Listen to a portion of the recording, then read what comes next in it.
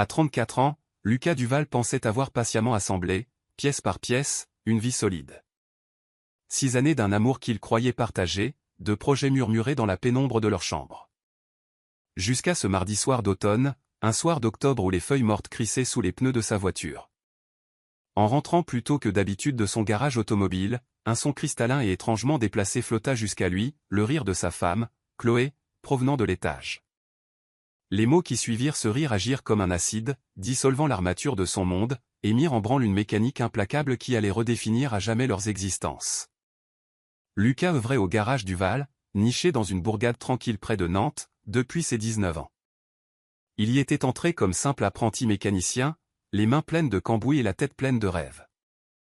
À force de persévérance, il était devenu maître mécanicien, un artisan respecté, avant que le vieux Jean Leclerc, sentant le poids des années, ne lui propose de devenir son associé 3 ans auparavant. C'était un labeur authentique, exigeant, un de ceux qui incrustent la graisse au plus profond des ongles, un stigmate d'honnêteté qu'aucun savon ne pouvait entièrement effacer. Ses revenus, environ 62 000 € annuels, n'étaient pas extravagants, mais il leur assurait une vie confortable. Ensemble, Chloé et lui avaient acquis une charmante maison de campagne dans un village normand, possédaient 2 voitures et pouvaient s'offrir une escapade d'un week-end de temps à autre. C'est du moins la perception qu'en avait Lucas. Ce jour-là, une reconstruction de transmission terminée avec une célérité inattendue lui avait permis de quitter l'atelier à 15h30. Une aubaine, s'était-il dit. Il surprendrait Chloé, peut-être avec un dîner improvisé. L'occasion, enfin, de briser le silence glacial qui s'était insinué entre eux. Depuis des semaines, elle était une énigme, distante, le regard rivé à son téléphone, invoquant une fatigue perpétuelle pour esquiver leurs moments d'intimité. En garant sa vieille Renault 4 dans l'allée, il remarqua la DS7 Crossback de Chloé, ce SUV moderne pour lequel il avait sacrifié tant de soirées, garé de manière incongrue, presque agressivement de travers. Un signe de précipitation. Il entra dans la maison sur la pointe des pieds, une délicatesse qui contrastait avec le chaos qui allait suivre. C'est là que sa voix lui parvint, une mélodie légère et joyeuse, une tonalité qu'il n'avait plus entendue lui être destinée depuis une éternité. Mais non, il ne se doute de rien, susurrait-elle avec une pointe d'amusement cruel. Il est coincé dans son antre graisseuse jusqu'à 18h minimum. On a largement le temps. Le corps de Lucas se pétrifia au pied de l'escalier. Chaque battement de son cœur résonnait comme un coup de masse contre sa cage thoracique. Oui, je sais bien, reprit-elle dans un éclat de rire. Mais sérieusement, que suis-je censé faire?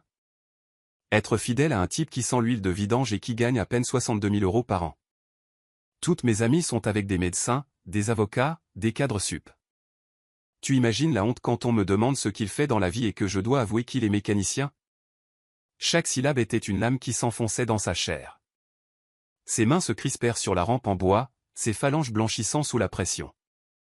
D'ailleurs, je lui ai mis les poings sur les i le mois dernier, continua-t-elle, sa voix se chargeant d'une arrogance moqueuse.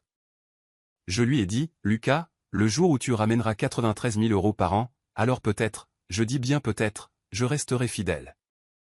En attendant, je vis ma vie. Il m'a regardé avec ses yeux de chien battu.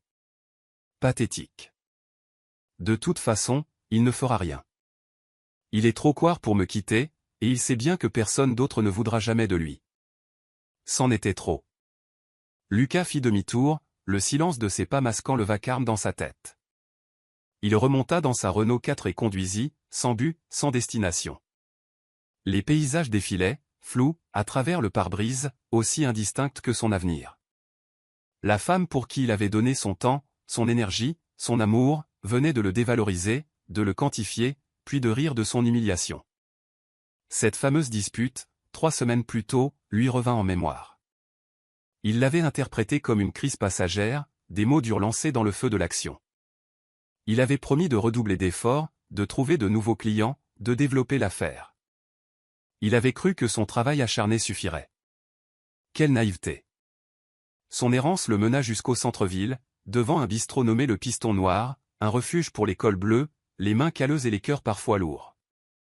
Assis au comptoir, il commanda une bière qu'il ne but pas, son regard perdu dans le reflet des bouteilles. Théo Moreau, le patron, un ancien camarade de lycée, sentit sa détresse.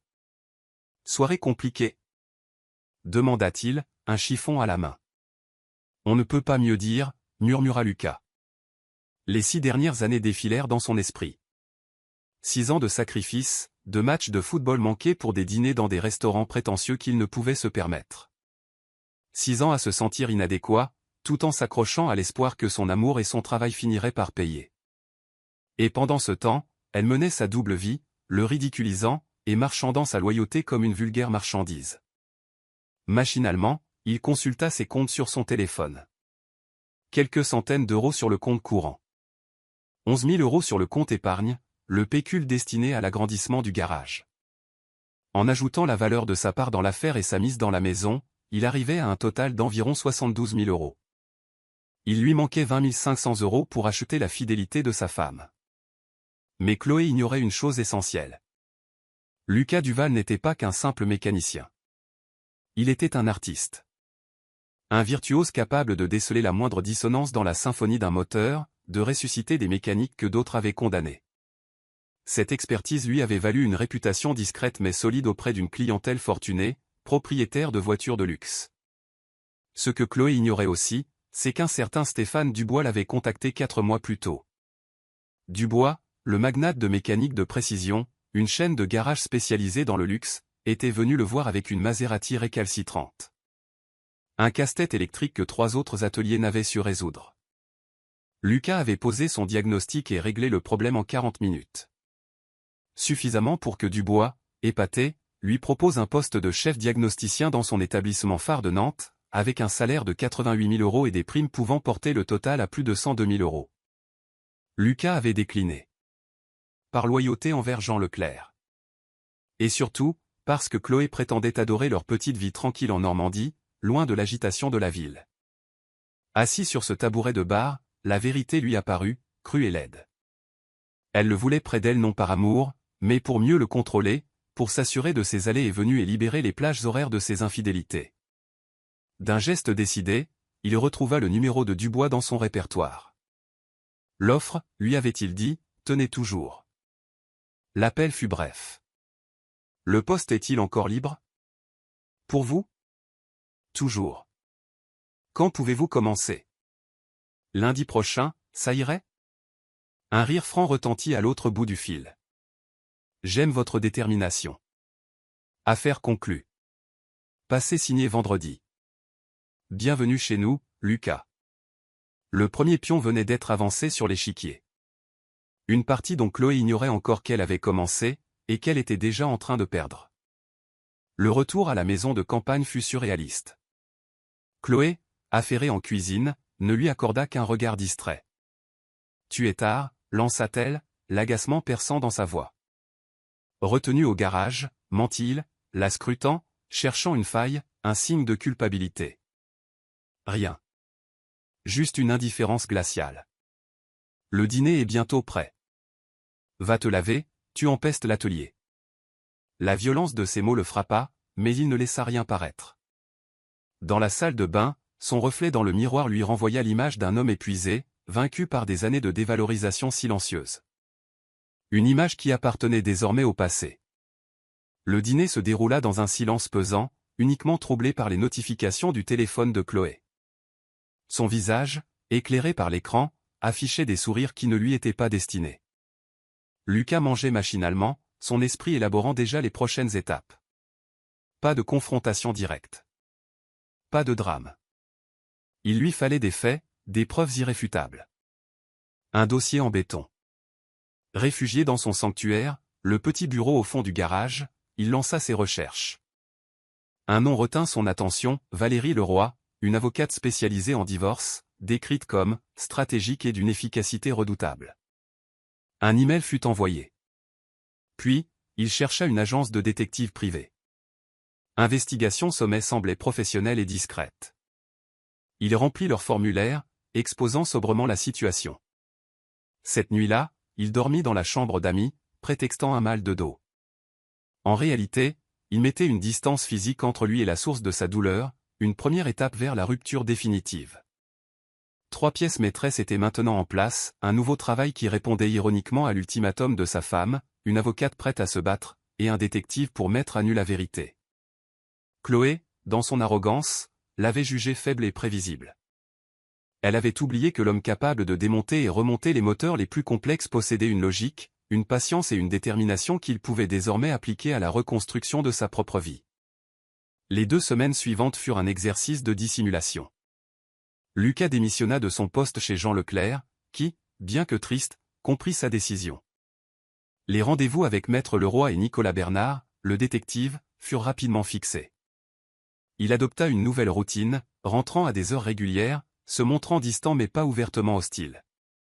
Chloé, de son côté, semblait savourer cette nouvelle liberté, multipliant les sorties entre amis et les courses urgentes. Lucas notait tout méticuleusement, les heures, les dates, les prétextes. Un puzzle macabre dont les pièces s'assemblaient peu à peu. La rencontre avec Valérie Leroy fut décisive.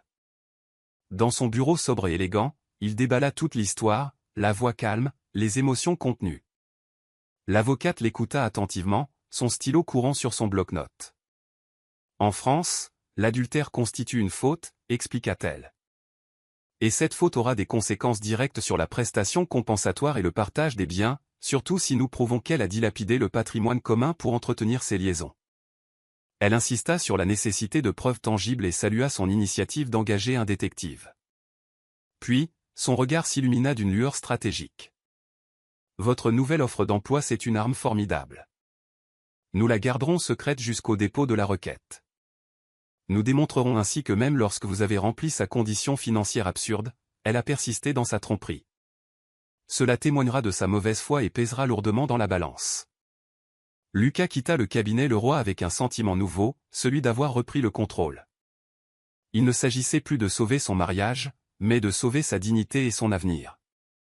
Le vendredi, il rencontra Nicolas Bernard, un ancien flic à l'allure posée. L'échange fut bref et professionnel. Photos, habitudes, informations. Donnez-moi 2 semaines, conclut Bernard avec un sourire désabusé. Si elle a une double vie, je vous en ramènerai les preuves. En général, quand on me contacte, l'instinct du client est correct dans 90% des cas. Le lundi suivant marqua le début de sa nouvelle vie chez Mécanique de Précision. L'environnement était à des années-lumière de ce qu'il avait connu. Un atelier immaculé, une technologie de pointe, une clientèle exigeante. Dès les premiers jours, son talent éclata au grand jour, notamment en résolvant une énigme sur une BMW M5 qui avait tenu en échec l'équipe pendant des semaines. Stéphane Dubois, ravi, confirma sa prime de performance. Lucas gagnait désormais plus que le montant exigé par Chloé, et elle l'ignorait totalement. Il avait ouvert un nouveau compte bancaire, et s'était arrangé avec Jean Leclerc pour maintenir un semblant de virement sur le compte joint, une manœuvre trompeuse mais nécessaire dans cette guerre silencieuse. L'appel de Nicolas Bernard, au début de la 2e semaine, fut un choc, même s'il s'y était préparé. Les noms tombèrent, froids et précis. Léo Girard, représentant pharmaceutique, dans une chambre de l'auberge de la Rivière les mardis et jeudis. Tom Petit, un jeune marketeur, dans son appartement en Loire-Vallée les samedis matins. Ce n'était pas une simple liaison. C'était un système. Une organisation méticuleuse de la trahison. Le soir même, Chloé, rayonnante, lui annonça une invitation chez sa sœur. Elle portait une robe neuve, probablement achetée avec leur argent pour plaire à un autre. Lucas la regarda, et pour la première fois, ne vit plus la femme qu'il avait aimée, mais une coquille vide, une actrice talentueuse dans le théâtre de sa propre duplicité. Il accepta l'invitation d'une voix neutre, son esprit déjà ailleurs. La réunion finale avec Valérie Leroy et Nicolas Bernard fut consacrée à l'examen des preuves. Le rapport de Bernard était un chef-d'œuvre de documentation, 40 pages de photos, de vidéos, d'horodatage. On y voyait Chloé, tour à tour complice avec Léo Girard et passionnée avec Tom Petit. Bernard avait même réussi à obtenir les métadonnées de ses SMS, révélant des milliers de messages échangés. L'analyse des comptes bancaires acheva le tableau, des dépenses somptuaires, un week-end à Bordeaux avec Girard, et la découverte d'un compte personnel où elle dissimulait des primes. L'assignation en divorce fut déposée un mercredi matin de novembre. C'était un document dense, froid, chirurgical, incluant en pièces jointes la fameuse lettre d'offre de Mécanique de Précision. L'huissier de justice se présenta chez eux à 15h47. Lucas, au travail, vit son téléphone s'embraser. Des SMS d'abord incrédules, puis furieux, puis suppliants. Il ne répondit pas, transférant tout à son avocate. Ce soir-là, il ne rentra pas au village normand. Il s'installa dans un petit appartement meublé à Nantes, un havre de paix impersonnel mais sûr. Le combat juridique fut bref et intense. Chloé engagea un avocat teigneux, Olivier Martin, qui tenta une contre-attaque maladroite, accusant Lucas de négligence émotionnelle. Valérie Leroy pulvérisa ses arguments un par un, opposant à chaque allégation les preuves irréfutables de la duplicité et de la fraude financière de Chloé. Le coup de grâce vint de manière inattendue.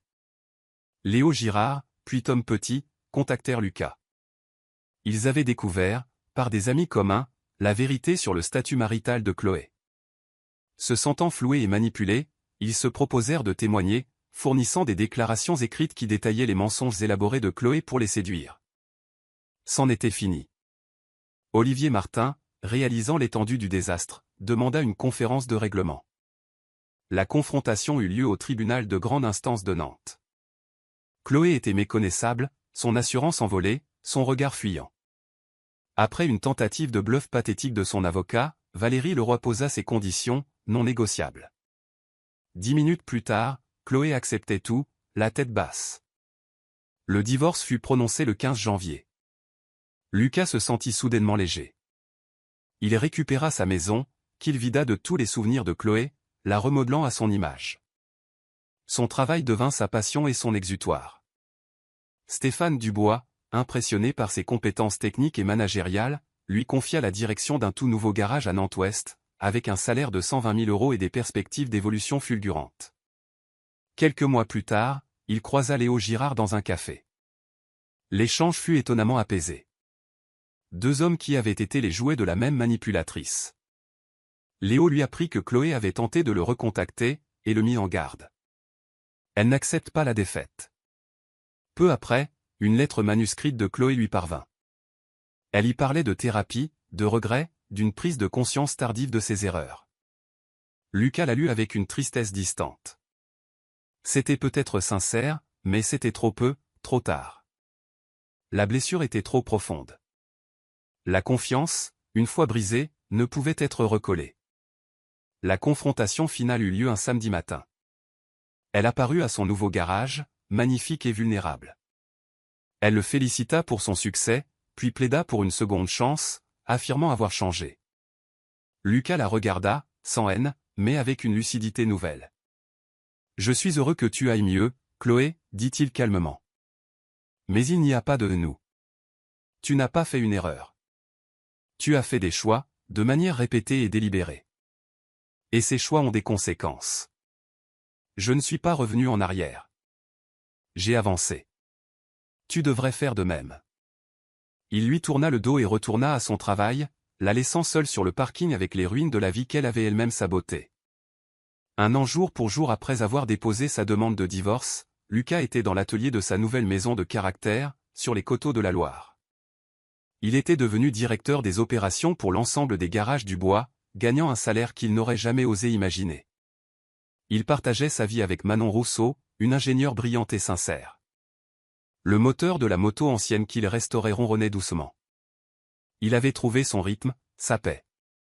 Chloé, en voulant le rabaisser, l'avait paradoxalement propulsé vers son véritable potentiel. Sa vengeance n'avait pas été une destruction, mais une construction. Il avait bâti une vie meilleure, non pas pour lui prouver quelque chose, mais pour lui-même.